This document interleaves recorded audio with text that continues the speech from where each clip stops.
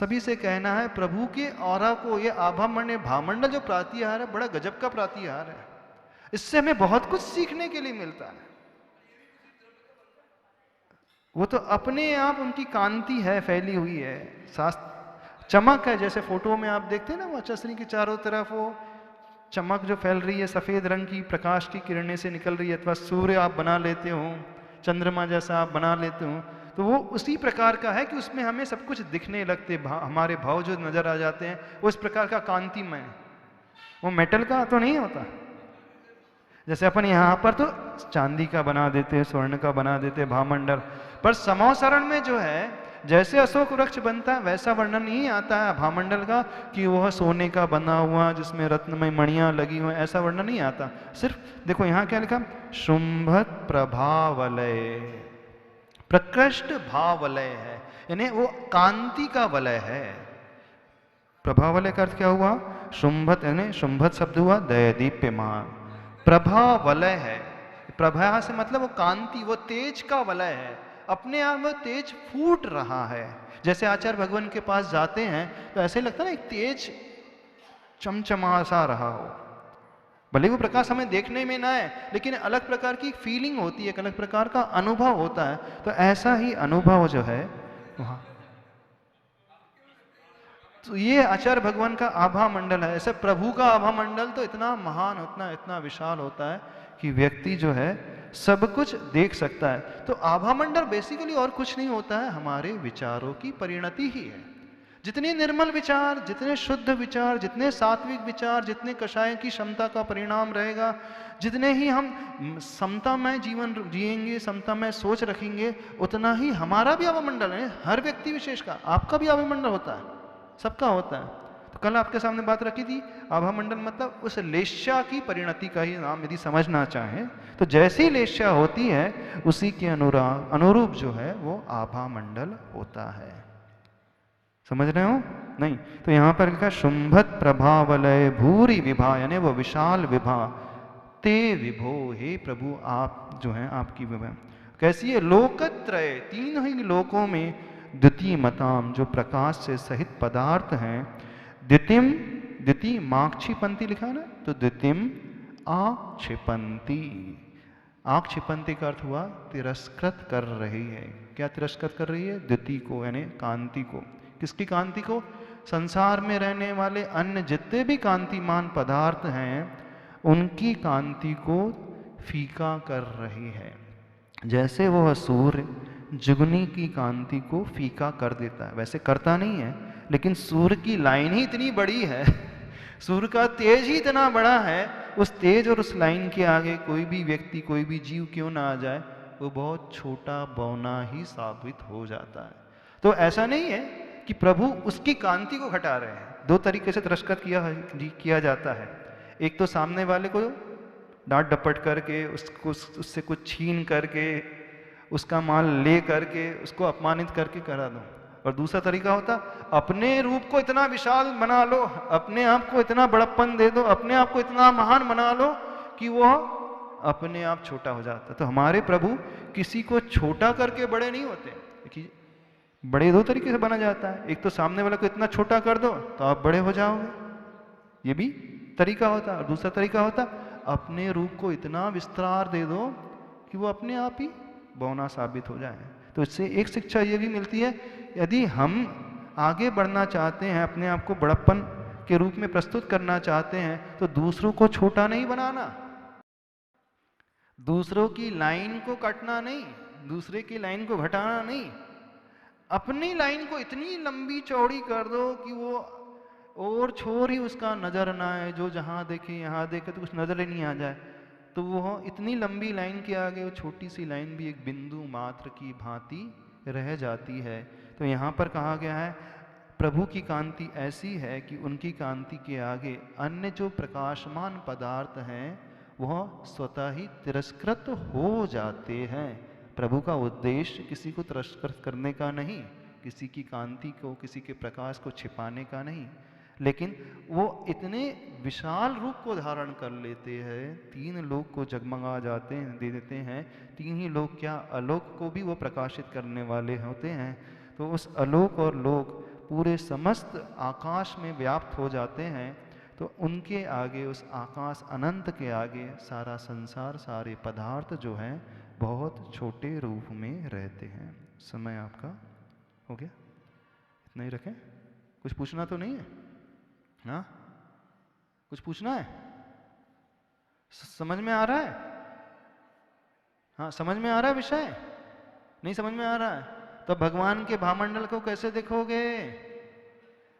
हाँ, उस प्रकाशमान भामंडल को देखना।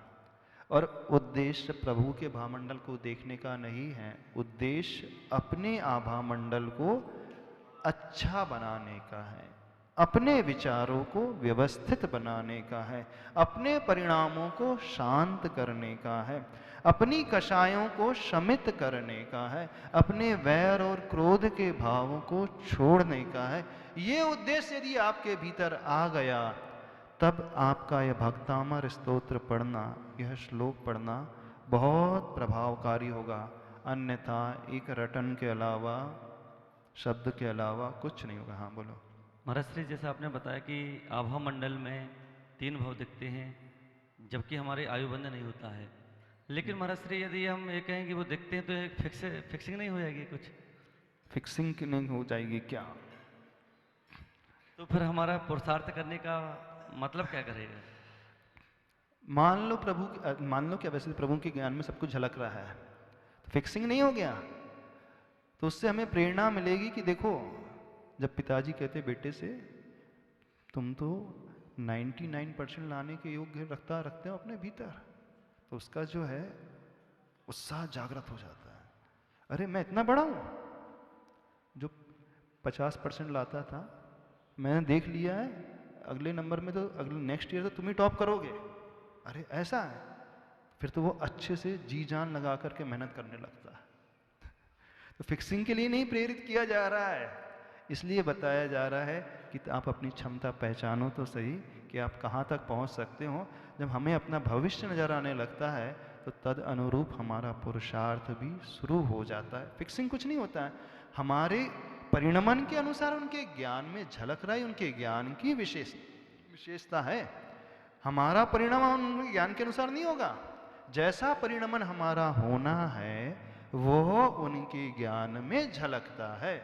जैसे वर्तमान में कोई व्यक्ति किसी की कुंडली हाथ देख करके भविष्य की घोषणा कर देता है, तो कुंडली के अनुसार उसका परिणमन नहीं हुआ, वो जैसा पुरुषार्थ करेगा। तो प्रभु के ज्ञान में ये भी झलकता है कि ये जीव जो है ऐसा पुरुषार्थ करेगा, इस कारण ऐसा वो आगे उस मंजिल को पाएगा, इस रूप में उसे लिखा है।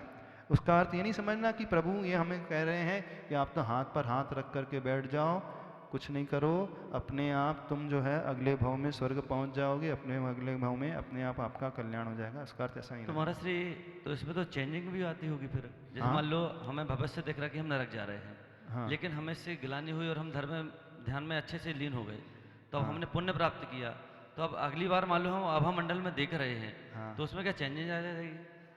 जैसा वो पुरुषार्थ करेगा उसके अनुसार उसे दिखलाई देगा। यानी कि इसका तो यही मतलब हुआ कि यानी वो फिक्सिंग नहीं हुआ, उसके अनुसार जैसा हम करेंगे ये प्रेजेंट में जो हमारे स्टॉक में है। चलो समय हो गया।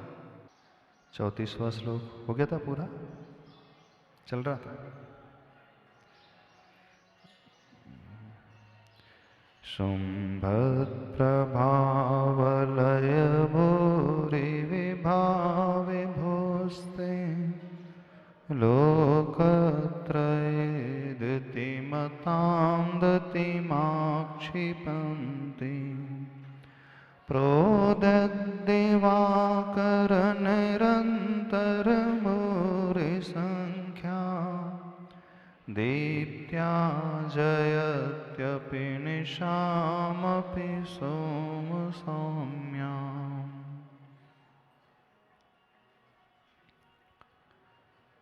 लोकत्रय, 3 लोक में, द्युतिमताम, प्रकाशमान जो पदार्थ हैं, उनकी द्युति को आक्षिपन्ति, तिरस्कृत करने वाले हैं। क्या?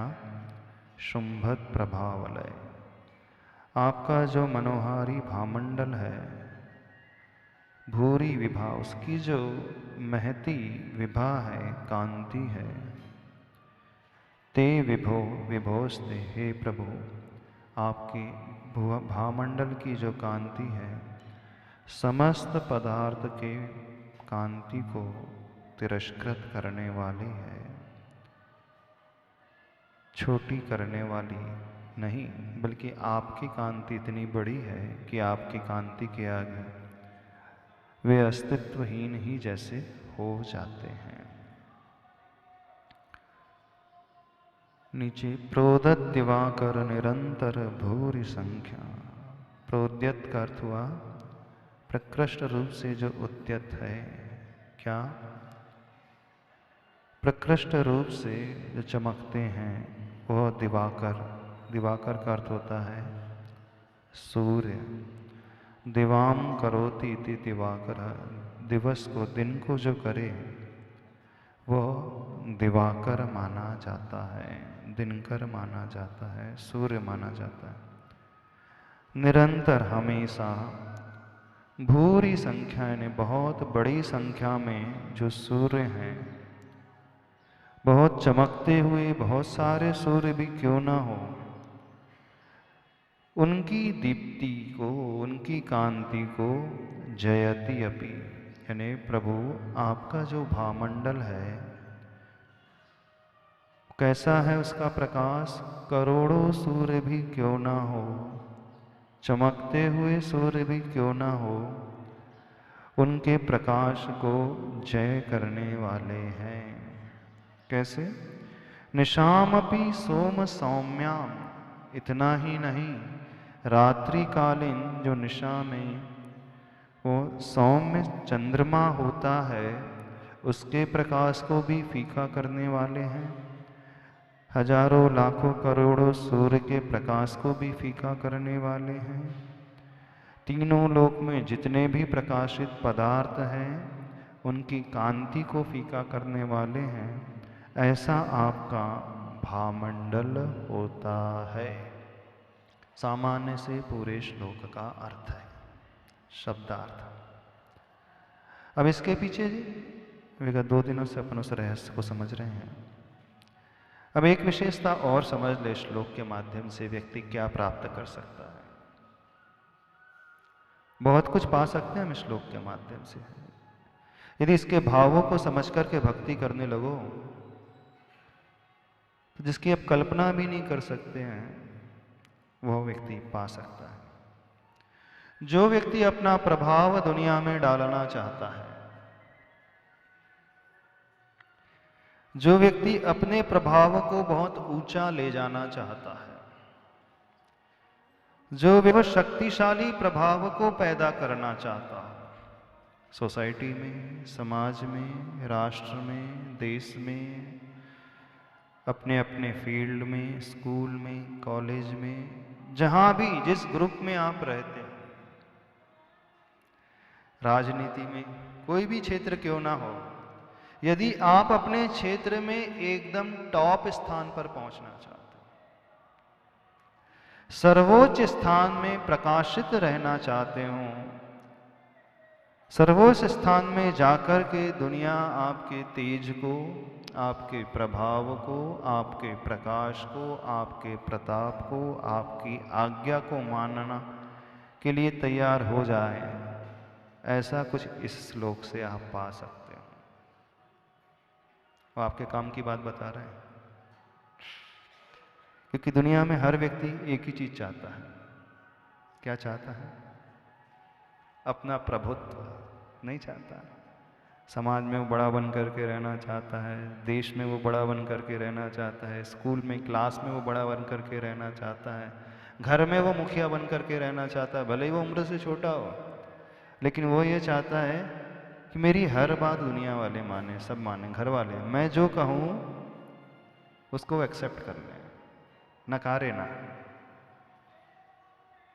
भले ही मैं उम्र में छोटा हूँ, लेकिन मुझसे भी ऐसी सलाह ली जाए, यानी मेरी सलाह को इग्नोर ना की जाए, मेरा भी इंपॉर्टेंस सबके सामने रहे, मेरे बिना कोई भी निर्णय ना हो, अथवा मैं जिस पर सील लगा दूं उसे कोई डिफीट ना कर सके। ये चाहते हो कि नहीं? आप जहाँ भी हो,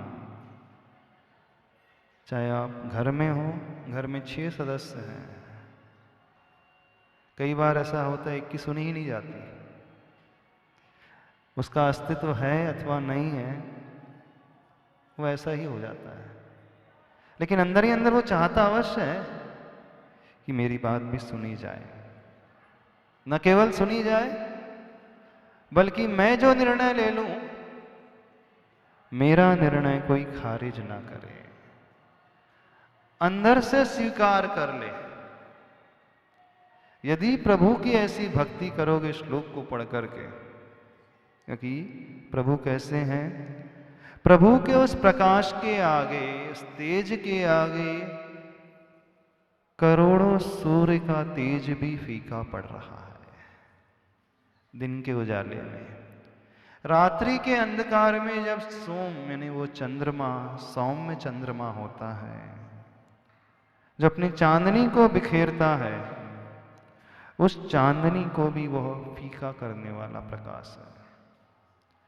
वो जगमगाते हुए तारे हैं, तारे भी उन प्रभु के भामंडल के प्रकाश के आगे कोई ज्यादा महत्व नहीं रखते। यानी एक तरफ प्रभु का वह भामंडल का प्रकाश, और एक तरफ दुनिया में जितने भी तेज प्रताप प्रकाश वाले पुंज वाले, चाहे वो मणियां हो, चाहे विमान हो, चाहे बिंब हो, चाहे कोई भी वस्तु क्यों ना हो, दुनिया के सारे प्रकाश पुंज को एक जगह रख दो और प्रभु के उस भामंडल सहित प्रकाश पुंज को एक जगह रखो, तो प्रभु का वह प्रकाश पुंज अन्य सारे प्रकाश के स्रोतों पर बहुत बहुत भारी पड़ेगा। कितना कितना अंतर रहेगा? जमीन आसमान का अंतर। एक होता है दो प्रकाशित पदार्थ हैं, लेकिन ऑलमोस्ट सेम उनका प्रकाश हो रहा है, लेकिन एक ऐसा अंतर है, एक बहुत चमकता हुआ सूर्य और दूसरा चमकता हुआ छोटा सा जुगनू। तो जितना अंतर सूर्य और जुगनू के प्रकाश में हो रहता है, उतना ही अंतर प्रभु के उस भामंडल वाले प्रकाश में और दुनिया के समस्त प्रकाशित पदार्थों में रहता है। ऐसा तो नहीं लगता बहुत अलग ही प्रकार की बात चल रही है? कैसा हो सकता है? नहीं होता है। बस यदि हम ऐसे भावों से प्रभु की स्तुति कर लें, तो निश्चित मान करके चलना है, व्यक्ति के भीतर भी वो क्षमता प्रकट हो जाएगी कि वो जहां भी जाएगा उसे अलग स्थान अपने आप मिलता चला जाएगा। किसी भी सभा में जाएगा, लोग उसका इंतजार करेंगे। जब तक वो नहीं आएगा, हम सभा की शुरुआत ही नहीं करेंगे। यानी उसके पहुंचने से सभा की गरिमा ही अपने आप बढ़ती चली जाती। एक ऐसा व्यक्तित्व यदि सभा में आ जाए, कोई बड़े फंक्शन में आ जाए, मान लो कलेक्टर है, बड़ा नेता है, तो उस सभा में 4 चांद लग जाते हैं। सिर्फ एक व्यक्ति के आने से उसकी कीमत कई गुना बढ़ जाती है। भीड़ अपने आप खींची चली जाती है, सिर्फ वो इंतजार करती है वो व्यक्ति पहुंच रहे हैं कि नहीं। एक बड़ा लीडर आ जाए अथवा एक बड़ा अभिनेता आ जाए, बड़ा क्रिकेट प्लेयर आ जाए, तो लाखों लोग जो फैंस होते हैं फॉलो करते करते वहां तक पहुंच जाएंगे। यानी कुछ ऐसे व्यक्तित्व होते हैं, वो कहीं पर भी क्यों ना चले जाए, उनका स्थान सर्वोच्च ही रहता है और दुनिया के लोग उन्हें चाह रहे हैं और शहर से चाहते हैं, जबरदस्ती की बात नहीं। यानी वो व्यक्तित्व नहीं कह रहा है कि मुझे मानो, मुझे स्वीकारो, मुझे ऊंचा स्थान दो, मुझे सबसे बड़ा आप लोग अंदर से स्वीकार करके कहो कि नहीं मैं हम आपको मानते नहीं। उस व्यक्ति की चाह नहीं है, लेकिन दुनिया के वे सारे के सारे लोग शहर से चाहते हैं कि हम आपको आपका अपना नेता स्वीकारना चाहते हैं। कई समाज में होते हैं, कई लोग ऐसे होते हैं जो समाज के प्रमुख पदों पे आना नहीं चाहते। सारी समाज मिलकर के गौरवान्वित महसूस करती है यदि वो समाज का प्रमुख बन जाए, बिना चुनाव लड़े, बिना इलेक्शन फाइट किए वो नहीं चाहता कि मैं बनूं, मैं आगे आऊं, लेकिन समाज के सारे लोग चाहते नहीं। उनके आगे आने से सारी की सारी कीमत ही बढ़ते चले जाते हैं। कुछ ऐसे व्यक्तित्व होते हैं, ऐसी पहचान बना लेते हैं, ऐसे वे कार्य करते हैं कि सारी समाज उनका इंतजार करती है। कुछ लीडर्स होते हैं ऐसे, कुछ राजनेता भी होते हैं। तो ऐसे यदि पोजीशन आप बनाना चाहते हो, चाहे आप समाज की बात कर रहे हो, चाहे घर की हो, चाहे ऑफिस में हो, चाहे किसी बड़े क्षेत्र में जहाँ संख्या बहुत अधिक लोगों की है, और आप ये चाहते हो कि मेरा स्थान, मेरी पोजीशन थोड़ी सी हट करके रहे, दिखाने के लिए नहीं, अंदर से सारे के सारे लोग स्वीकार करें हमें, दिली इच्छा उनकी हो भीड़ की कि नहीं, आप तो आगे रहना ही चाहिए। यदि आप ऐसा चाहते हो तो इस श्लोक से वो लाभ मिल सकता है, बिल्कुल मिल सकता है। मान करके देख लेना, भक्ति करके देखना, क्योंकि हम जिनकी भक्ति कर रहे हैं उनका जो स्टेटस है, जिनकी उनकी जो स्थिति है, वो बिल्कुल ऐसी ही स्थिति है, और बिना मांगे भी आपको वो स्थान स्वतः ही मिलता चला जाएगा। ऐसा नहीं अंदर से आकांक्षा करना पड़ेगा, क्योंकि प्रभु की कोई आकांक्षा नहीं रहती है, तीर्थंकर भगवान की कोई आकांक्षा नहीं रहती है कि तीन लोग के जीव प्राणी उन्हें अपना स्वामी स्वीकारें, अपना राजा स्वीकारें। तीर्थंकर भगवान की कभी आकांक्षा नहीं रहती है। एक तीर्थंकर ही महापुरुष ऐसे होते हैं, दुनिया जिसे राजा के रूप में मानती है, लेकिन वो स्वयं को बिल्कुल अपने आप को एकदम उनसे निर्लिप्त रखते हैं। बाकी सामान्य से क्या होता है, व्यक्ति चाहता है कि दुनिया मुझे स्वीकारे, मेरा अनुशासन माने, मेरी आज्ञा माने, मेरे अंडर में रहे, मेरे प्रभुत्व में रहे।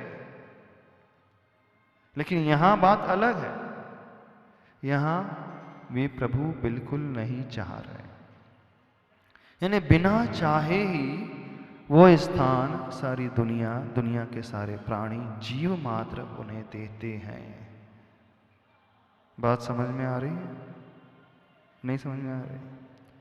तो यदि हम अपना ऊंचा स्थान बनाने के लिए कुछ पुरुषार्थ करना चाहते हैं, तो इस श्लोक को पढ़ करके ऐसे भाव लाना, इसका लाभ बिल्कुल मिलता चला जाएगा, मिलता चलेगा। भक्तामर के प्रत्येक श्लोक में बहुत बड़े बड़े रहस्य छिपे हुए हैं। जो गवर्नमेंट ऑफिसर्स होते हैं, गवर्नमेंट डिपार्टमेंट्स होते हैं, उसमें भी ओहदे वाली पोस्ट चाहते हैं, आईएएस, आईपीएस, प्रशासनिक सेवा, जो एडमिनिस्ट्रेटिव लेवल की सर्विसेज होती हैं, यदि उसमें स्थान चाह रहा है व्यक्ति, यह श्लोक बहुत अच्छे से पढ़े, हम कह रहे हैं अपने आप ही मिलता चला जाएगा, निकांक्षित होकर के। पढ़ो तो सही, भक्ति करो तो सही, इस श्लोक के माध्यम से सब कुछ मिलता चला जाएगा, क्योंकि इसमें ऐसे भाव छिपे हुए हैं। देखो तो सही क्या कहा जा रहा है, प्रोदत दिवाकर निरंतर भूरि संख्या दीप्त्या जयति। वो उत्कृष्ट दिवाकर जिनकी कांति बहुत उद्यत है, प्रोद्यत है, फैली हुई है, सूर्य की, एक सूर्य नहीं करोड़ों, भूरी लिखा है ना, बहुत सारे सूर्य, उसको भी वो जीतने वाली है कांति, उस भामंडल की, प्रभु की। चंद्रमा की कांति को भी जीतने वाली है, और जितने भी प्रकाशित पदार्थ हैं उन सब के प्रकाश को एक तरफ रख करके इनका प्रकाश अलग ही प्रकार का है। जब इस भाव से प्रभु को देखोगे और भक्ति आदि करोगे, एक अलग ही विशुद्धि अंदर ही अंदर पैदा होते चले जाए, एक अलग ही भाव अंदर ही अंदर पैदा होता चला जाए। आप लोग जब प्रभु का भावमंडल देखते हो, क्या देखते हो? हाँ, हमें 3 भाव दिख रहे हैं, 7 भाव दिख रहे हैं, यही क्या देखते हैं? जब प्रभु का ऑरा है, आभा मंडल है, बड़ा चमकीला है, अच्छा है, क्रिस्टल क्लियर है, बड़ा प्रभावशाली है, बड़ा प्रकाश का पुंज लिए हुए है। ये तो एक प्रत्यक्ष में दिखाई दे रहा है, लेकिन जो रहस्य है,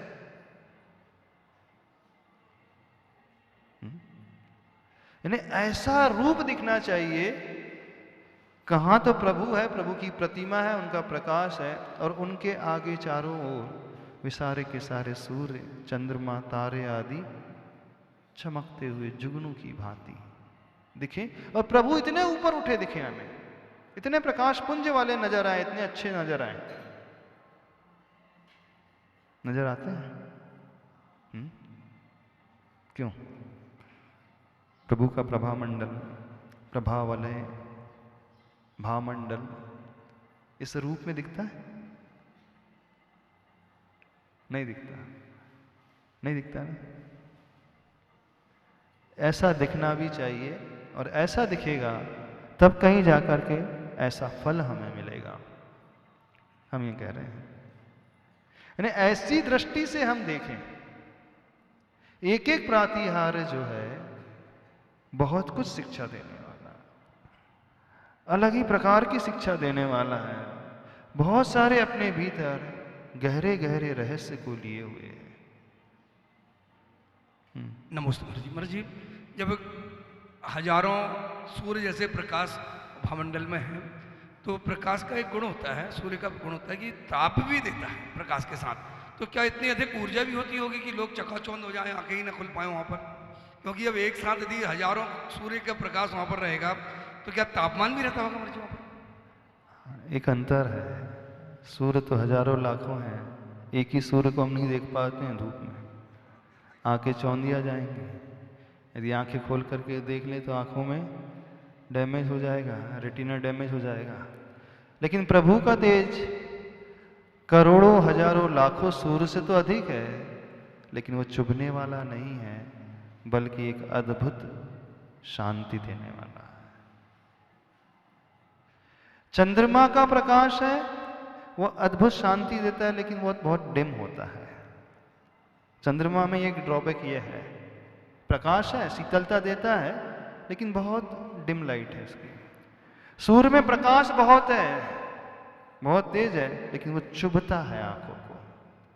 तो एक में प्रकाश है, वो चुभने वाला है, एक में शीतलता देने वाला, मनोहारी लगने वाला, लेकिन प्रकाश बहुत कम है। प्रभु का कैसा है? दोनों मिला लो।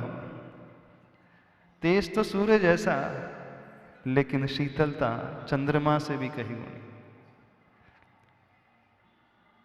तेज सूर्य से भी अधिक, सूर्य जैसा नहीं, सूर्य से भी कई गुना अधिक, लेकिन वो कष्ट देने वाला नहीं, आंखों को चुभने वाला नहीं, वो आनंद देने वाला, देखना हम जिसे बार बार चाहें।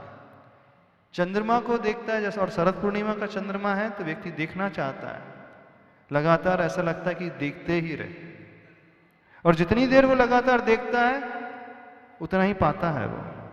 उस शीतलता से, उस चांदनी से आंखों की रोशनी भी बढ़ती है, शरीर को भी बहुत कुछ विटामिन आदि मिलते हैं, बहुत ऐसे तत्व मिलते हैं जो शरीर को मजबूत बनाने वाले हैं।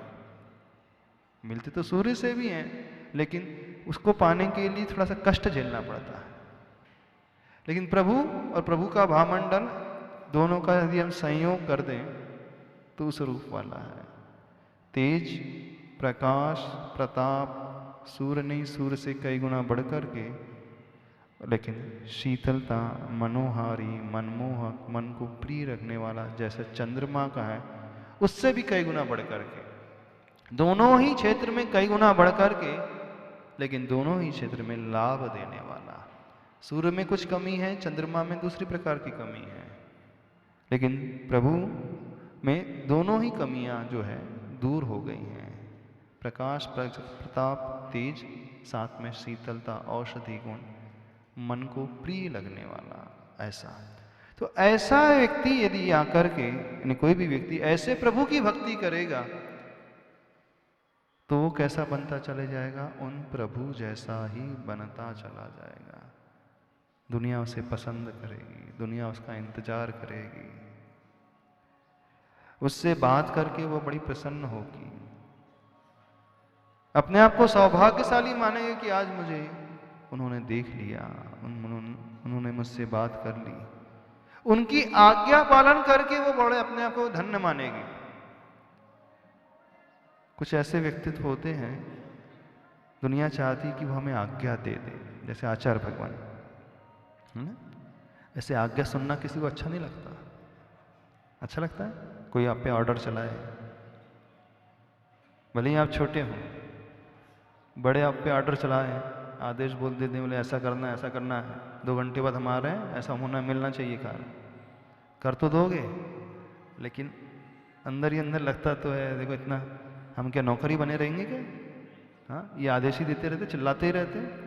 तो आदेशस्तु शत्रुवत, व्याकरण में एक सूत्र आता है, आदेश कैसा होता है? शत्रु की भांति होता है।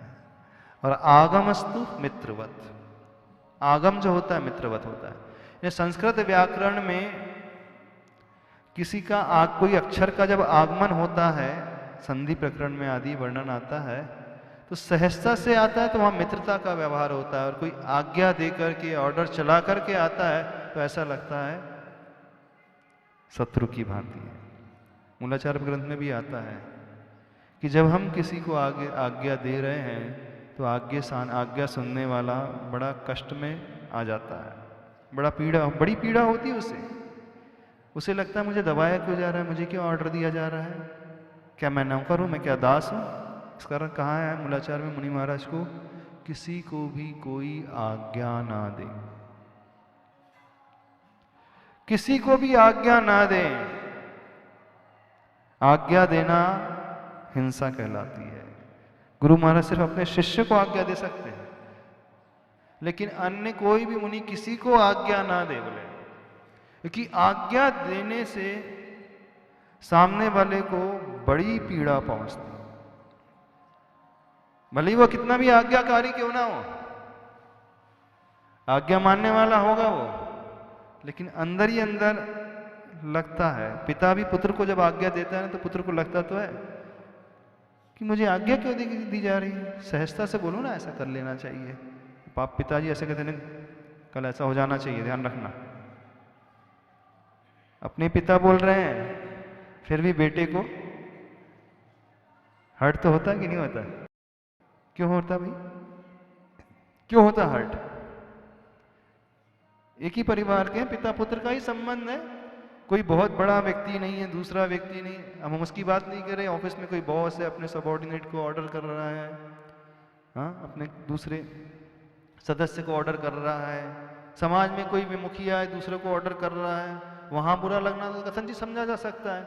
लेकिन घर में ही एक भाई दूसरे भाई को, दूसरा बोलता मैं क्यों सुनूं, चलो भाई को छोड़ दे, पिता पुत्र को दे रहा है तो पुत्र को अच्छा लगता है, क्यों नहीं? उसे भी तो लगता तो है। और बहू को सासू आज्ञा दे दे